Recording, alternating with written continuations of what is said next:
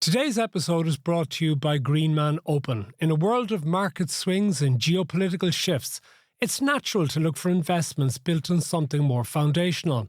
That's the thinking behind Greenman Open, a European long-term investment fund focused on one of the most resilient sectors there is, grocery-anchored real estate. The idea is simple. However the economy fluctuates, people still need to buy food. Open invests in the essential grocery retail properties that communities rely on every day. The fund earns income from investors from the rent those tenants pay, aiming to provide a source of stable, long-term income. It's a regulated fund designed to make this type of real estate investment accessible to everyone. You can become part of Greenman Open from just €1,500, either through your financial advisor or directly with the Greenman Open app. To learn more, visit greenmanopen.com. A quick but important note, all investments carry risk. The value of your investment may go down as well as up, and you may get back less than you invest. Past performance is not a reliable guide to future performance. Hello and welcome to Path to Power. I'm Matt Cooper, and joining us today are special guests, the Group Political Editor for the Irish Daily Mail and Irish Mail on Sunday, John Lee, and the Editor of the Business Post, Danny McConnell. Lads, thank you very much for coming back here again. Hello again. Delighted to have you back. The last time you were on, people actually came to me afterwards and said, too hard on Micheál Martin. And it wasn't people in Fianna Fáil who were saying it to me, it was people in Fine Gael. Are you trying to bring him down? You're writing him off prematurely, the rest of it. I see that the EU Commissioner, Michael McGrath, has in the last 24 hours, you're laughing immediately, John, said that Micheál Martin will go in the time in his own choosing, that he's too valuable to he'll be important to Ireland during the EU presidency, which is a bit at odds with Michael's brother Seamus, who will be one of Micheál Martin's critics in the parliamentary party. I thought you were going to say that Michael McGrath had caused war in the coalition from above because he broke an embargo on declaring a deal on the nitrate derogation, 3-year which derogation. is causing, which is seen to have damaged. This was what Fine Gael were saying to me last night. Seems to have damaged Micheál Martin because he was hoping to reveal that at the ICMSA dinner this weekend. Oh, wasn't that Fine Gael wanted to reveal it through Martin Hayden? And has really angered them over Martin Hayden's moment in the sun being robbed. So Michael McGrath dropped a few bombs there. I'm not sure if Michael's view or position from where he is now is really central to Micheál's future. I mean, well, if Fine Gael are upset, that's amazing, but it might only be because, as Danny said before we came in here, they're worried their man is next when Micheál Martin is gone. I was amazed around Leinster House during the week, and you know, Micheál has, as we said last time, has had a long time there. The absolute disdain there is for him, which has kind of surprised me. There isn't, from top to bottom in Fianna Fáil, a terrible fondness for him. But they never loved him, John, though. Yeah, you said that the last day. But it really struck me that there was just almost a disrespect for him. Yeah, but not so much so it appears that they're going to really move against him. We might have been premature a few weeks ago. No, because we were on the base. Remember that report? We were expecting it. Remember this internal report, the review of the Jim Gavin thing was due the following Wednesday. Then it subsequently got delayed, and it's coming. We're told anytime. Anytime. But classic, isn't it brilliant on Micheál Martin's part? And this is classic when you're in power. Delay any report that could be damaging to you and let the air go out of the balloon. It reminds me of when Charlie Haughey was in difficulty and he was facing a real heave, and they used the tragic death of Clem Coughlin, Mary Coughlin's father, and he snarling at the parliamentary party chair to delay the meeting or cancel the meeting for a week, and that week allowed Pádraig Flynn's and all the guys to get their number, to get their ducks in a row, and Haughey survived. That was at a time when they were loyal to Haughey before they turned on him. Yeah. So, I mean, delaying is a great, because you allow the heat. I've often seen it in Irish politics. When you're writing your stuff for the Sunday paper, they're hopping mad on a Friday. By the time they get to the parliamentary party meeting the following Wednesday, everything is calmed down and they've moved on. But I don't know if we're losing our touch, the media, when it comes to moves and heaves. Like, I thought Jim O'Callaghan said something extraordinary yesterday. If you think Micheál Martin has only made a couple of public statements on his position since the Jim Gavin debacle, and on both occasions he has said under questioning that he's going to lead Fianna Fáil into the next general election. Yeah. Now, whether anyone thinks that's naive or fictional or anything else, that is what he has said. But it's something he has to say, because the minute he doesn't say it, he's a lame duck. But Jim O'Callaghan yesterday, on an radio interview about his immigration policy, which we'll be talking about later, was asked at the end of that interview, will Micheál Martin lead you into the next... Oh, Roy Keane wouldn't be happy with you. Roy Keane messed up in his own podcast. Well, it's actually from my producer saying Danny needs to be closer to the mic. Okay. Jim O'Callaghan was asked at the end of the interview whether Micheál Martin was going to lead them into the next general election, and he said, well, I can't see into the future. No, I thought that was an extraordinary answer. Usually it's, well, Micheál Martin... That would have been punishable by expulsion in the past, wouldn't it? And I know Jim would probably look a bit foolish, was he, to say, yes, he will. Yeah. But the acceptance and what we discussed the last day has moved on from Micheál probably going on forever to now there being no chance of him leading him into the next general election. And it's been roundly said in Leinster House only yesterday to me that he will not be Taoiseach again. Yeah. Okay, and then what about all his travels? Yeah. I mean, will he be Minister for Foreign Affairs when he steps down as Taoiseach? This was a remarkable thing. Where was he during the week? In Angola, was it? He's been in Africa. He was down in South Africa. At the G20, and then he went into Angola. And he made an extraordinary press conference giving out about his critics at home. Who were the critics at home giving out about him spending too much time out of the country? So this is a thing that has bedeviled Keir Starmer in the UK, that he's always overseas. And then obviously there were questions being raised about Micheál Martin always away. Questions by who? By us in the media or by his parliamentary But that wasn't party clear. colleagues? It wasn't necessarily clear as to who was initially kind of making this an issue, but it is clear that this is the sort of stick your political opponents will beat you. I remember vividly when Eamon Gilmore was Foreign Affairs Minister in Taoiseach, and he was in charge of a very disparate, ill-disciplined Labour Party. There were 37 of them, and the chair, Colm Keaveney at the time, who was openly in defiance of the leadership. Yeah. You had Joan Burton sulking because she wasn't made public expenditure minister. Yeah. So you had factions within the Labour Party attacking Eamon Gilmore very subtly to the media. He's always out of the country. He's never here.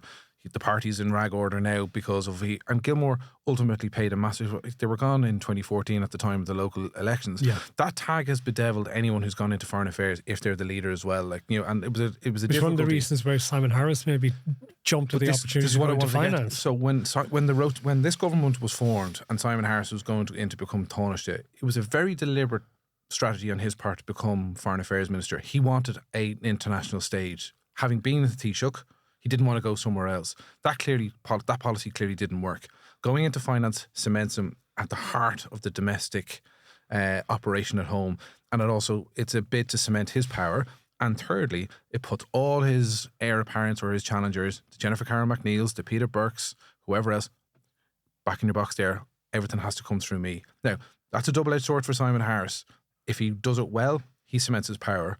If it does badly, then everything goes wrong because it's all his fault. And that's the point when Fine Gael are slipping in the polls. They're not in good shape. You would think they've been in government since 2011. So this is a high-risk strategy from Simon Harris to go in to put himself into And I'll get back to Simon finance. Harris in a minute, but I just want to talk a little bit more about Micheál Martin's travels, because it was also worked out that for all the criticism of Keir Starmer, Micheál Martin has been out of the country way more than Keir Starmer has been. He's been abroad 20 times this year. About 20 times, and the Keir is called Never Hear Keir. I think the context, and I can only go, Senna Maloney for the Independent, I think, was questioning Micheál at a doorstep in Angola about the fact that there was complaints that part of the reason that the report into the presidential catastrophe was being delayed was because of Micheál's absences. And then Micheál flipped it into this big... And Micheál gets angry. Micheál likes, from time to time, when he's challenged, he gets very Cork, shall we say. And the Cork accent comes out. Much stronger, yeah. And, which is common to a lot of us Cork people. There was for God's sake and all. And now, just despite the Shakespearean line, the lady doth protest too much, he did come home a day early to go to the PP, which didn't descend into the problems that he has. Although he didn't go into the Dáil chamber, and that was sort of led to complaints from Sinn Féin. And then I think a rebuke from Simon Harris to Mary Lou MacDonald. Where have you been? You've been off in America fundraising from various builders and developers and vulture funds. Yes, it's the relations are never good between Simon Harris, and he had another clash with Pierce Doherty, which I must say was kind of amusing. I think he was kind of pointing out that the only person that had done more budgets in Leinster House than Pascal Donoghue is Pierce Doherty, which will bring us on. We'll go back to the finance thing. But again, when you're under pressure, as Micheál Martin is, these matters become raised. The Taoiseach travelling, it's probably justified in the nature of our economy, as we're often told, a small open economy, that we have to keep on top of our relations abroad. But I go back to it, he's not going to be able to delay this report, I don't think, until after Christmas, and then it'll all be back on him again. See, Danny, something else that struck me in relation to this was that when you are out of the country, you're actually not really dealing with the issues which maybe people back home really want dealt with. And the big political subject, I think, this week has been the immigration changes, very much taken in control by Jim O'Callaghan. And the person who perhaps has been strongest in many respects in support of Jim O'Callaghan has been Simon Harris, who's had more to say about immigration than Micheál Martin, who belatedly made comments when he was away on that trip in Africa. So if you remember when Simon Harris became Taoiseach, within weeks of him becoming Taoiseach, there was a noticeable sea change in the language and the tone from government around migration. He cleared Mount Street. Remember, the fences went up around Mount Street, all that kind of stuff. There was a very clear shift in tone and emphasis around migration from Simon Harris's Taoiseach. So he's chiming a lot more. And when I see Jim O'Callaghan come out and make statements like he's done, I often think to myself, where's the politics in this? What's the political upside of this? What's the strategy around this? Because it's not just a sort of perfunctory policy issue. I think it's more driven by politics. You've obviously seen the UK and Denmark look to tighten up their own migration rules. There's a real concern, I was speaking to people about this yesterday, real concern that Ireland becomes we get consumed by a new wave of people coming in here for whatever reason.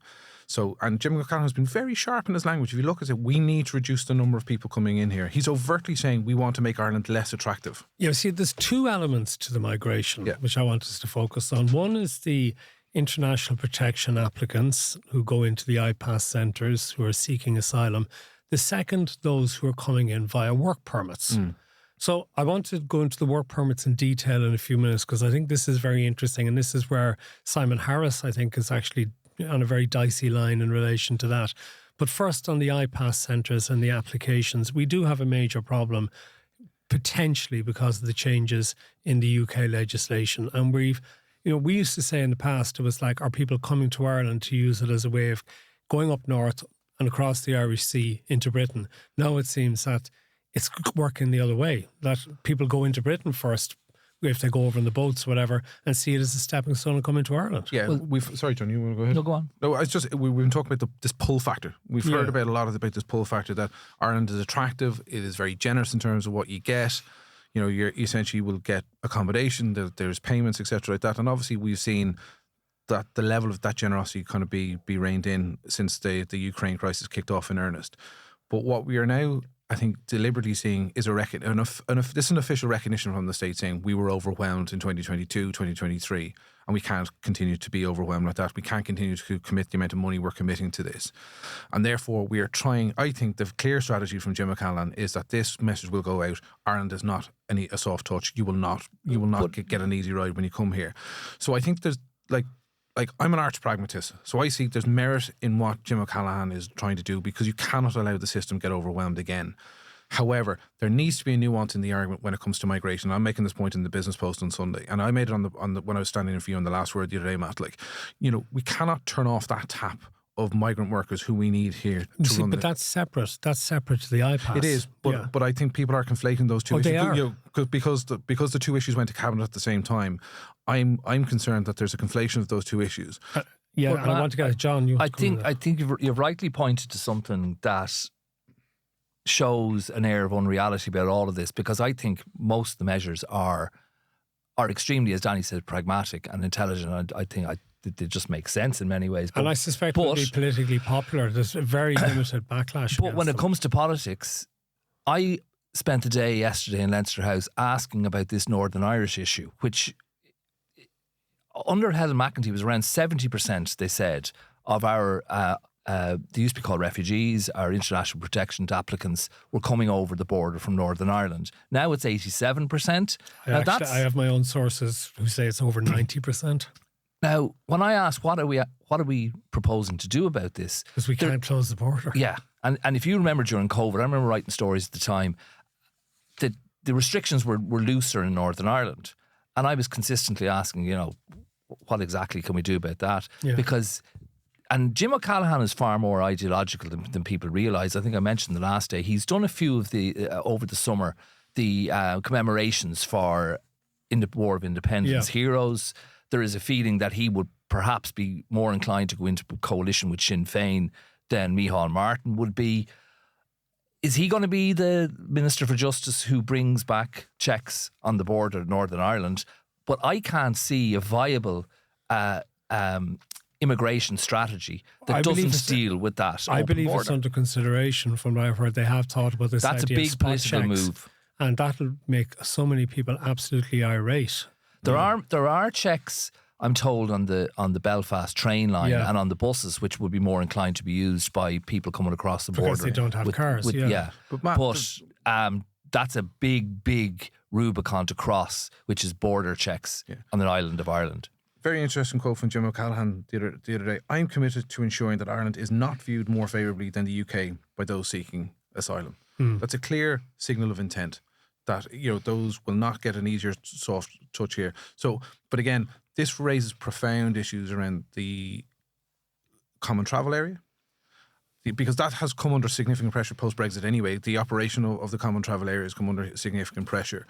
But beyond checking buses, checking trains, I mean, the spectre of having physical checkpoints, either at places of entry or departure, that's a big step. Okay, well, I want to move on to the work permits because Simon Harris recently made a comment about having too many immigrants coming in, and he specifically expanded it beyond people seeking asylum, just suggesting we had too many people coming in. It's going to be interesting for him now in the Department of Finance. Now, they're not responsible for the issuing of permits. That's Enterprise and Trade, which looks after that. But still, the Minister for Finance will be hearing an awful lot of lobbying from various business interests about the availability of permits. We have two main permits. We have critical skills employment permit and we have a general employment permit. And particularly the general employment one is things like health and social work, so nurses and doctors. The information and communication ICT sector takes an awful lot of people in as well. And things like agriculture, meat processing, for example. So these are all people from outside the European Economic Area. The highest number of permits are issued to nationals from India, followed by Brazil, the Philippines, China and Pakistan. Numbers are fascinating on this because, Simon Harris is saying we're letting too many people in. Well, the government in recent years has allowed the numbers to increase dramatically. If you go back 10 years, the number of total permits issued in 2015 was 7,250. So then you go up and by 2019, it was up to 16,380. It was slightly more in 2020, slightly more again in 2021. This is even while COVID is going on, you're getting 16,000 people being issued the permits. But then in 2022, you had a big post-pandemic surge. You were up to just 40,000. Dropped a bit in 2023 to 31,000. Back up to just shy of 40,000 last year. And I think it's probably going to be the same this year. And this has been demanded of government by employers. And it's all sorts of employers. It's the employers who are providing enormous corporation tax revenues and who are saying, well, we can't do our business unless you bring these people in to fill jobs that Irish people can't. So there's a big challenge to the government in relation to that. Health sector, I mean, it's not just the hospital. Apparently at this stage, 66% of people working in the Irish hospitals were born abroad, right? Which is a phenomenon. 42% of doctors. So we are hoovering from some respects the third world to look after our first world health system, which has ethical and moral considerations in relation to that as well. You extend that out to things like nursing homes and carers. Where would we be if we didn't have all these people coming in permits to do this particular work for us? And the other one then is the hospitality sector. And this is a really interesting one because there are hotels all over the country which will tell you they wouldn't be able to stay open if they couldn't get people in on these work permits. Now, what they've been arguing for actually is that they don't want the work permits to be 12 months because they're a seasonal business. And I'm sure we've all come across, if you're staying in a hotel down the country, you start talking to people from the Philippines or whatever, or India, who might come and want to work for 7 or 8 months in the year, and they work all the hours in those 7 or 8 months, and then they go home for a number of months. But if we don't have all of these people, the economy implodes. But at the same time, when all these people come into the country, where are they going to live? But the restrictions, as I understand it, having read it in detail and listened to Jim O'Callaghan yesterday, are around extended family coming with those workers. That's the primary change. That there are restrictions that apply in other EU countries that don't apply here, and they've brought them in. Some groups, employers are saying already that these are onerous. So essentially, there are income limits that you earn. Yeah. That allow you, say, and there hasn't been a change to this, your spouse to come into Ireland. 44,000 is around that level, and you could add on an extra 10,000 for each child that you want to bring. Yes, and then there was a concern that, and this was what drove it, that extended families were coming from other countries where your mother-in-law and your mother and your parents and other people were coming in. But we have restrictions on immediate families. I mean, we seem to be happy to take people into work, but we're not happy. We were happy to separate their families. But this I think goes to the heart of it, right? We are particularly torn as a nation, I think, on the issue of immigration because of our history. And if you think, we all will then go back to my two uncles, for instance, my late father's two brothers went to Australia, never saw their parents again. Some members of my mother's family went to Britain. Every family in Ireland, almost, particularly people who come originally from rural Ireland, as my family do, in the west of Ireland, had to emigrate. But as I recall our history, a lot of that immigration was single men. Yeah. Were single people that they were forced to emigrate. There's many oral histories about seasonal workers in Donegal, where men had to leave their families for most of the year and go and work in the factories in the UK and come back. And Jim O'Callaghan did deal with this yesterday, that in an interview on RTE, where he said, yeah, workers are coming here, but it isn't the state's duty to facilitate them to bring their extended family. Now, it's cruel in many ways, it's harsh, but our history... It's cynical a bit. I mean, we'll allow better paid workers to bring their families in. Now, I can understand the logic to that in a certain extent, in that the state perhaps is looking at lower paid workers and saying they're getting relatively little tax income off them, and would have the expense of maybe child benefit payments, children going into school, various other things that would happen. And then again, where are they going to live? Because perhaps we want to put single men or men who are separated from their families into shared accommodation and the rest of it. Whereas if they bring their family in, they're looking for a house or an apartment and they're in competition with other people from that, and we don't have enough houses and apartments. But it does seem... But that was another thing that was cynical. exposed yesterday, and Jim O'Callaghan said he's going to deal with this. So in most other jurisdictions in the EU, you have to present evidence of viable accommodation for that extended family that are coming to Ireland. That does not exist in Ireland. Okay. And that leads to ghettoisation and everything else. He said that is something that he is going to deal with, but right now that's not being dealt with. And you can see the problems that's going to create. A couple of things I'd say. To the numbers that you quoted there, I mean, that has to be seen in the context that the economy has grown significantly. The labour force has grown from about 1.8 million over the last 10 years to about 2.8 million now. So there has been a proportional increase. So these gaps are emerging across the workforce. And there are legitimate demands, because either one, the skill set doesn't exist in Ireland, or there's a certain jobs that Irish people don't want to do. And this is reflective of developed economies all over the world. I thought it was very interesting in what the Department of Justice said about this, you know, in terms of increasing so people wanting to bring a dependent adult in need to show that they've got 92,000 or 93,000 and no debts, etc. like that. But they said there will now be a more formal process for establishing applicants of suitable accommodations we've just discussed, but also to deter applications that are bound to fail but are now contributing to backlogs of between 12 and 15 months. So it's a way of taking some pressure off the system. We have a major conundrum here, though, is, just leaving aside the IPAS thing again, let's just talk about people on work permits. Clearly, employers need them, and they're going to have problems in running their businesses if they don't get these people in, and the government will have problems with the tax revenues if these companies aren't actually happy, and will have major... I mean, we've given this VAT cut from next July for the hospitality sector, but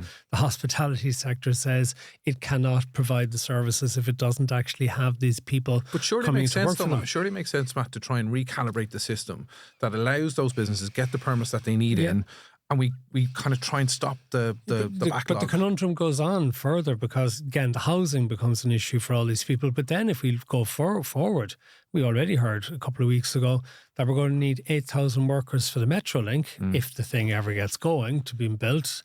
But where are those 8,000 people going to live? Now, I'd argue, you put up sort of... modular housing. Modular housing, and you put in sort of like single room apartment blocks which can be used for student accommodation on the Metro line for Trinity, TUD and DCU afterwards. This is not an insurmountable problem because this is the type of thing they do with the Olympics and stuff. But this is, we are...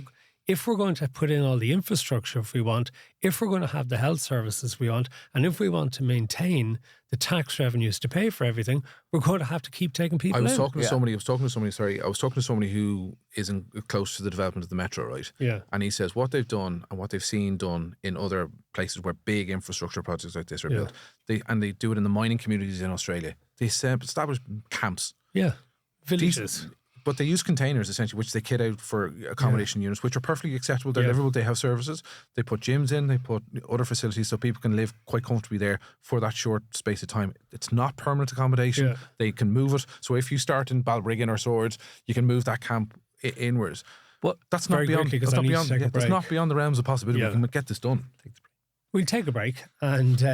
John's in charge. No, because I wasn't going to be brief on what I was going to say. Well, it's a podcast. You can say it because we don't actually have to. We're not time bound like we're on radio. So say what you want to say and then we'll take the break. I'm not being facetious here, but, there's a great body of literature and there are a lot of fine songs we wouldn't have if the colonial life, the wild colonial boys, streets of London and everything else wasn't a tough life. Now, if you expect thousands and thousands of workers to come in here and do construction jobs, you can't have people, as they were, abusing the system to bring in their extended families from foreign countries. It's a hard life to get on a boat and get on a plane, and I did it as a student. And now I was lucky enough to be coming back to go to college, but still, it's not easy. And I went and lived in horrific accommodation in Dusseldorf and Berlin and other places to earn a few quid. So you can't expect it to bring your whole family over with you either. Very quickly, we did a gig with James Brown in London 2 weeks ago. Yeah, that's not. Sorry. Not the sex machine. The hardest working man in show business. He's dead, actually. But I asked him about the decision in 2013 to get rid of bedsits. And he said it was a mistake. He said it was a big mistake. Yeah. And as he said, as someone, I lived on the North Circular Road in my 20s and they're starting out. That first entry-level tier of accommodation that most people had to suffer through for a year or two was not there, causing a massive difficulty.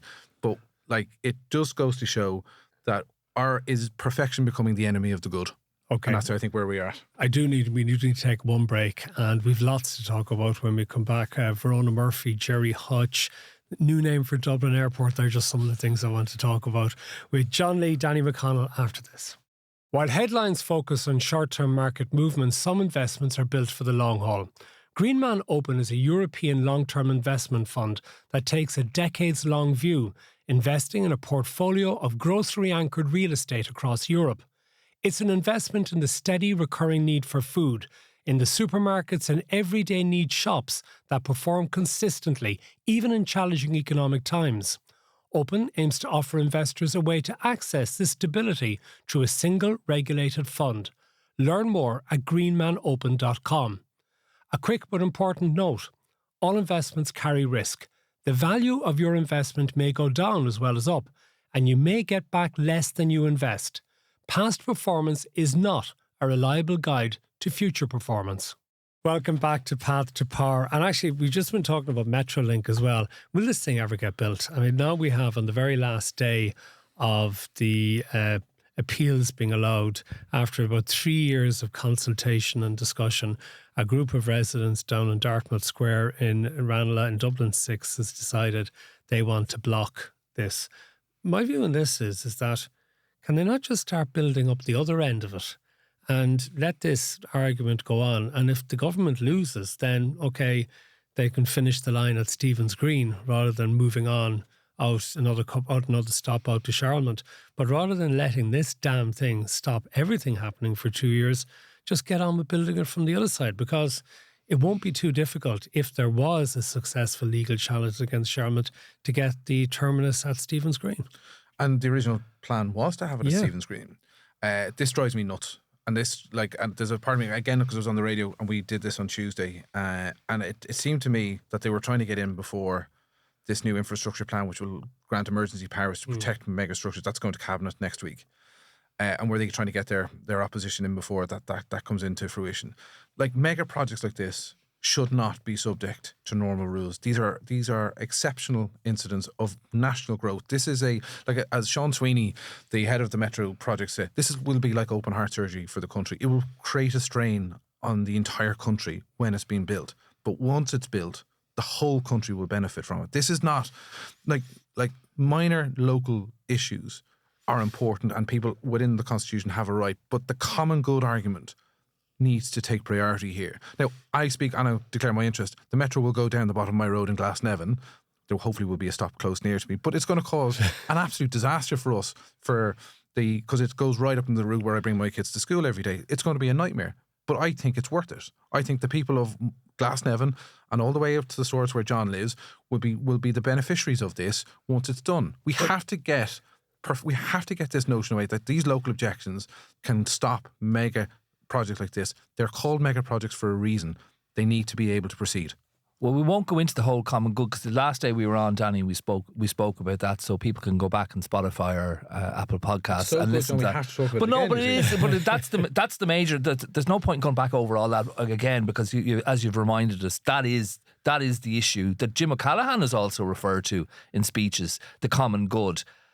We'll be careful enough because it's a forthcoming court case, but you could say to those people that are taking this action in Leafy Ranelagh, maybe to try out a week getting from, and it's not, I'm a North County boy, it's not primarily serving the airport, this Metro. There's a 2,000 car park and ride facility near Swords, which itself is a huge town. It's over 60,000 people, about the size of Waterford City, by the way.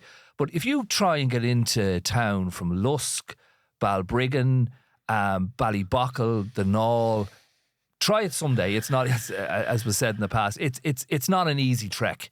And this primary infrastructural facility is for those people to get into town who are struggling to pay for housing and everything else. O'Connell Street in 20 minutes.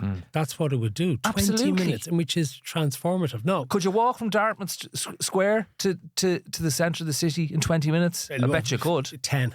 Yeah. And the reason I say that is because I would live about 10 minutes away from there. I'm not Are you an objector now, Matthew? Not in the least.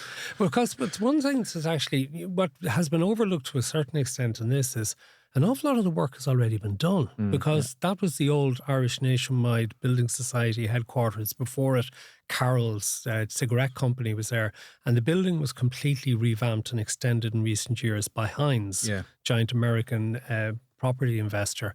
But when they were doing that, they have actually done an enormous amount of the enabling work for the station there. They spent nearly 20 million quid on it. Yeah. It's actually not going to be a major, well, it will be major, but it's not as much as it could be as in relation to development work that will go on there.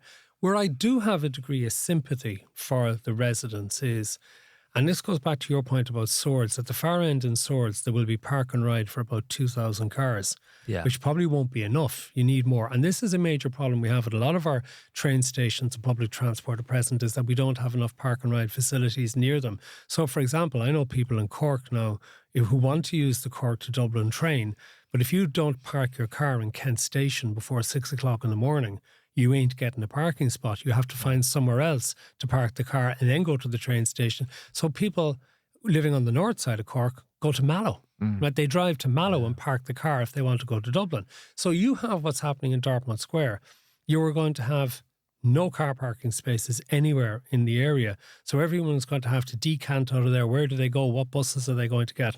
So I can see there's a certain lack of logic that you might think that actually the metro should have extended way. It should have just been a normal stop and should extend far further out. Now, I think the difficulty with that was that closed down the Lewis line, which doesn't make much sense to be closing down the Lewis line to actually have any. But then you could say, why isn't Charlemont, why doesn't it veer off out towards Tallaght, go out via under my house, probably in Rathmines, out Terranure, out into Tallaght, Matt, be more ambitious. Everyone will have an argument in their area, but extraordinarily, this project has made it almost to the rubber stamps level without a flood of judicial reviews. Now, Danny will tell you, I think your family are involved in the FINA. I was just going to say, wasn't there a big issue about they liaised with liaised with the builders. And that's been dealt with, I think, to the satisfaction of Nafina, who were going to lose a pitch. So there was people all along that line that through mediation dealt with clubs, businesses, housing groups, everyone dealt with those issues in a way that satisfied everyone without going to the courts. And this hasn't happened in this instance. And everyone along that line, I'm sure, has an issue to raise. Danny said he will have an issue when it's being built. But now to hold it up. But let me put it this way. Think back to when the Lewis Green line was being developed and the Red line was being developed. The outrage that businesses gave out about in terms of the inconvenience to... And when they were being linked up. And when it was being linked up.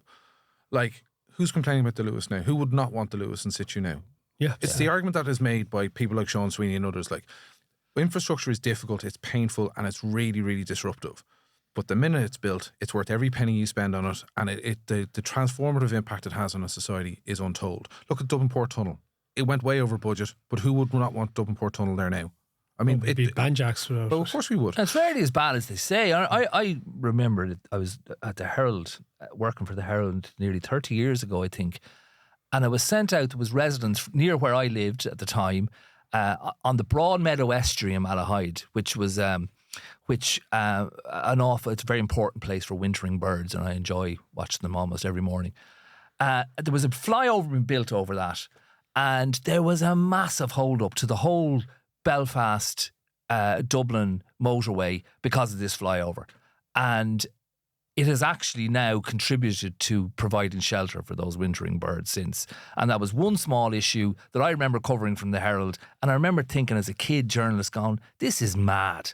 We're sure we have the Brent so there's always have something to be protected, and that's why we have 600 plus apartments in Raheny not going to be built. Well, they do destroy golf courses now. It'd be you see, as you get older, you change your mind and things like that. But like, I mean, it goes back to the fundamental point that John has raised and you've raised, Matt. Like, you know, do we want to be like a modern country that has an infrastructure that's fit for purpose? I mean, I think I made the point the last time. We have an infrastructure for 3.5 million people, and we've got more than 5 million people. To the point that you guys have been making on The Last Word, you've been doing this Nightmare Commute series. Oh, Jesus. Like join the dots here, lads. Oh, I know. Like, I mean, if we don't have the infrastructure, people are going to be stuck for an hour and a half getting in from Naas. Funny enough, Friday morning we're recording this, and the rain pouring down in Dublin, absolutely torrential. The traffic isn't too bad. Because people are working at home from Friday. Yeah. I mean, which just goes this idea of all these sort of billionaires trying to force people back into the office 5 days a week. You don't agree with them, no? No, funny enough, I don't. Why not? Well, you want all your staff in 5 days a week, Danny, do you? And one of those submissions from Ranelagh cited the fact that there'd be noise coming from the train station because they're going to be working from home. But the value of the home, some of the most, and we travel through our jobs, some of the most valuable property on the planet in Manhattan and in London is built on top of train stations. You go down to Penn Station in New York, the whole area has been refurbished and rebuilt around a train station, a massive development. The provision of an underground train for a property is only going to increase it. What about renaming Dublin Airport? One of the stories of the week, right? Sean Lemass Airport, is it? Or Sean Lemass Airport. Where did this idea we need to rename the airport come from? In the Clive Yates Airport, maybe. All the coverage he gets. No, let's move on to that, John. Sorry. But funny, I won't be back. I was going to suggest... And to really stir it, that we should call it Michael O'Leary Airport, given how much additional traffic Ryanair has generated for the airport and economic You'd benefit. have to pay to use the toilets, though. That's the only thing. We had it. There was really, I think, an historical, because of our Civil War divisions, an historical disinclination to name large facilities, infrastructure projects, and everything else after our national heroes. That seems to be where on the north side there's a Collins Avenue, Griffith Avenue. But if you think about it, there aren't many major. There are a few small places. There's no De Valera's around the place. He didn't get the people credit. From 100 years ago. So there won't be anything for a more modern Taoiseach, will there? No. Like, I mean, so this was a proposal brought forward by Malcolm Byrne to name it Sean Lemass. Now, immediately here, well, the Fine Gaelers are going to say not a chance to that. The Shinners will probably say not a chance to that either. Like, all notwithstanding that Sean Lemass is one of our most revered Taoiseachs, and you've seen even Fine Gael Taoiseach refer to him and name check him about the transformative impact he's had on the Irish I could be wrong. I think Simon Harris would have portrait of him over his desk. Yeah. So, but I just think the minute you open that debate, it becomes a political football. Well, then maybe do you say that if Lemass in the late 1950s did bring in significant economic change and opened up the economy, but very much at the prompting of Ken Whitaker, who was the Secretary General of the Department of Finance, later in the Central Bank. Do you call it the Whitaker Airport? But you see, that doesn't chime. That's not like do you not go down for a sporting? Do you not call it the Jack Charlton Airport or the Paul McGrath Airport? You know, given their or the Ray Houghton Airport, given his wonderful exploits in a green jersey. Because I don't think you're going to get a political consensus around a political figure. So therefore you're going to go to the NGO sector or civil society sector, and then it becomes like remember the row over the Rosie Hackett Bridge, like. I'll say, and also the row about the National Children's Hospital. Well, if there's what they did with the Rosie Hackett wasn't ultimately a group of submissions that were voted on. But it was certainly frankly, done, she wasn't. But done by, like, it was kind of a very orchestrated and organised campaign to make sure that Rosie Hackett from people on the left, you know. I think would Dublin Airport not be useful for tourism just to remain the name it has, like LAX and everything else? I mean, JFK is world renowned, but as you say, Danny, I just think you're going to end up getting into a row over something that is not going to please anyone. And don't forget, in the coming years, whether everyone wants to accept it or not, it will happen that Sinn Féin will be in power. And then we get into a whole other area because they continue to commemorate terrorists, that party does. And do we then move on towards that? So because of our history, all our parties are linked. Most of our parties are linked in some ways to conflict that was of controversy. And if we start getting into that, it's going to cause problems. Sean Lemass, for instance, yes, he was a wonderful Taoiseach, but he was a revolutionary hero as well. Well, so, Kathleen Lynn was the woman that a lot of people wanted the National Children's Hospital to be named after, and she was from the original Sinn Féin. She was the TD, but she was a remarkable woman for looking after children's health at a time when I think the Catholic Church at the time sort of like tried to maintain control and didn't always do so. But, you know, somebody else pointed out in relation to Dublin Airport, instead of a bill to rename the damn thing, what about having a bill to actually allow more passengers to go through it? Yeah. They're much more important than the shagging name of the thing. I'd get a metro there. You'd get a metro there, exactly. Yeah. I mean, the other thing, Matt, just on to pick up John's point, I remember it was a really good row one time. I think Gerry Collin was sitting in hosting the Tonight Show, and Eamon Dunphy was one of the guests on it. And they started having a row about, they were comparing Gerry Adams and the NRA around the time when Gerry Adams went in a blacked out van with, you know, the relations of Brian Stack. You remember there was that meeting around. And Eamon Dunphy made the very fair point, but all parties, you know, have links to violence. Yeah. And he cited Sean Lemass. Sean Lemass for decades wouldn't talk about what he did during the revolutionary period. And his own brother, I think, was known as a revolutionary. So it immediately becomes very controversial. Like, are we going to celebrate someone who essentially was involved in very significant and very real violence and like murder, essentially back in the revolutionary period? Yeah, well, if we had time here, I've just won an award, Matt, which you were involved presenting for a podcast, a Daily Mail podcast on Sinn Féin.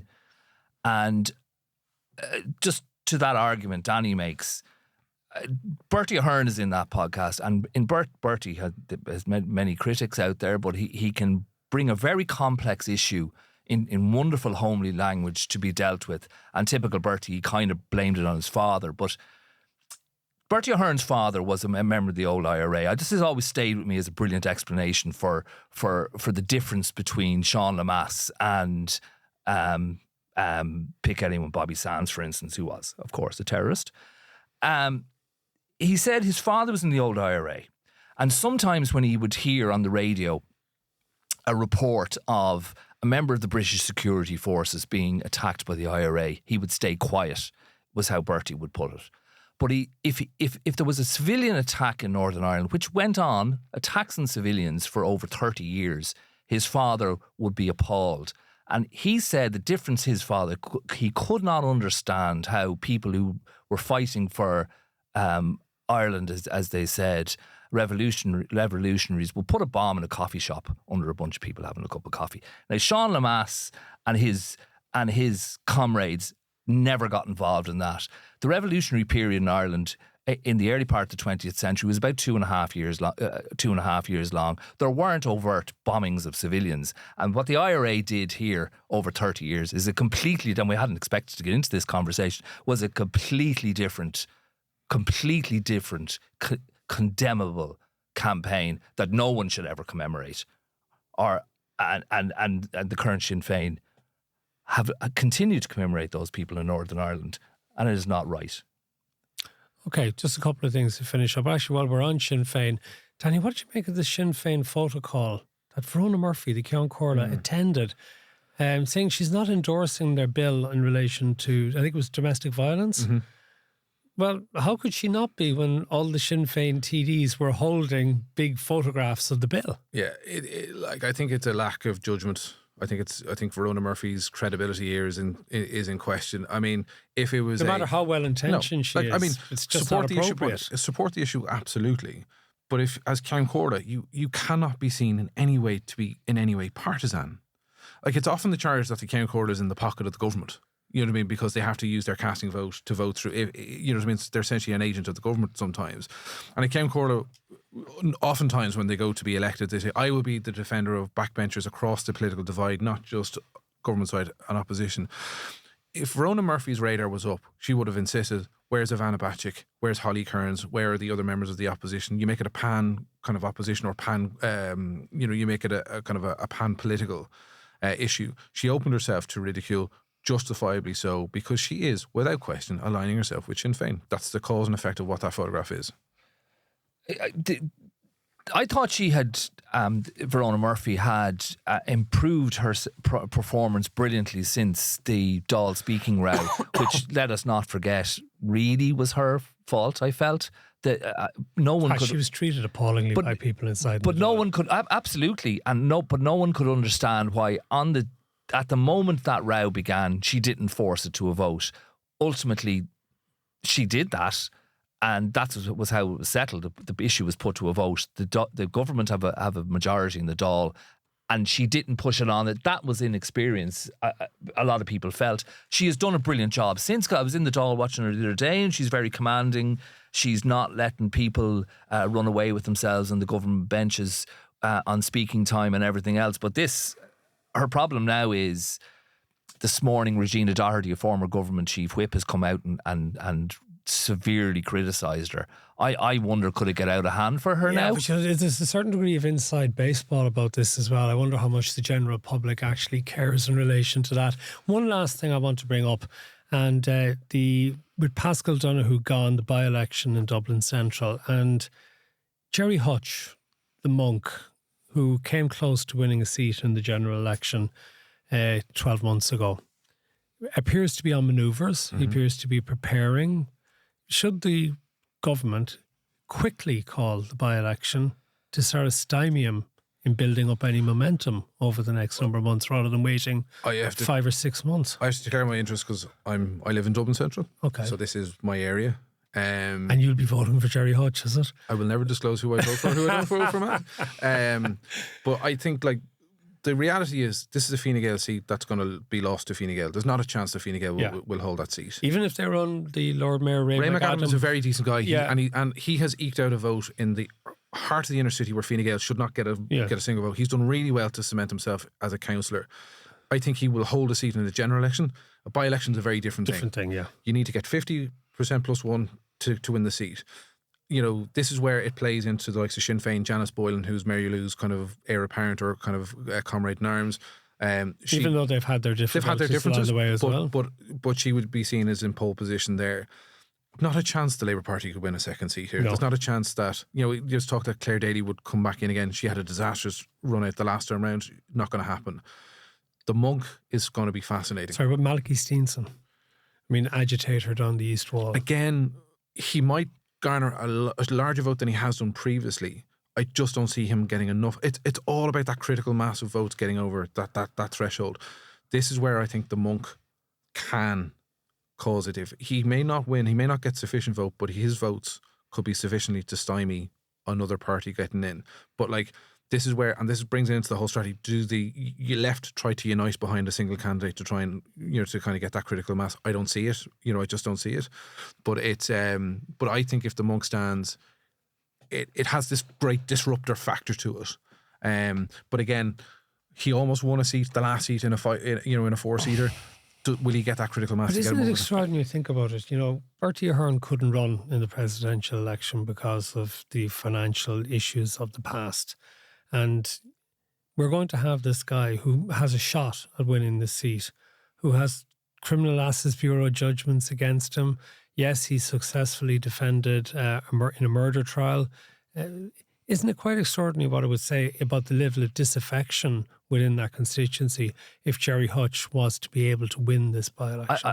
I have spoken about this before, and I think it's a disgrace that man should be allowed run for our national legislature. There had been talk in the general election, when this took everyone by surprise, that a criminal could possibly be elected to Dáil Éireann, and there had been talk about bringing in laws to prevent that. He has 30 convictions. He may have gotten off in a very high profile murder trial, but he has 30 convictions, a long history of association with major crimes in this country. He has paid money to the Criminal Assets Bureau to settle debts that were incurred through connection to those trials. It is an absolute disgrace. The man has no business in our national legislature.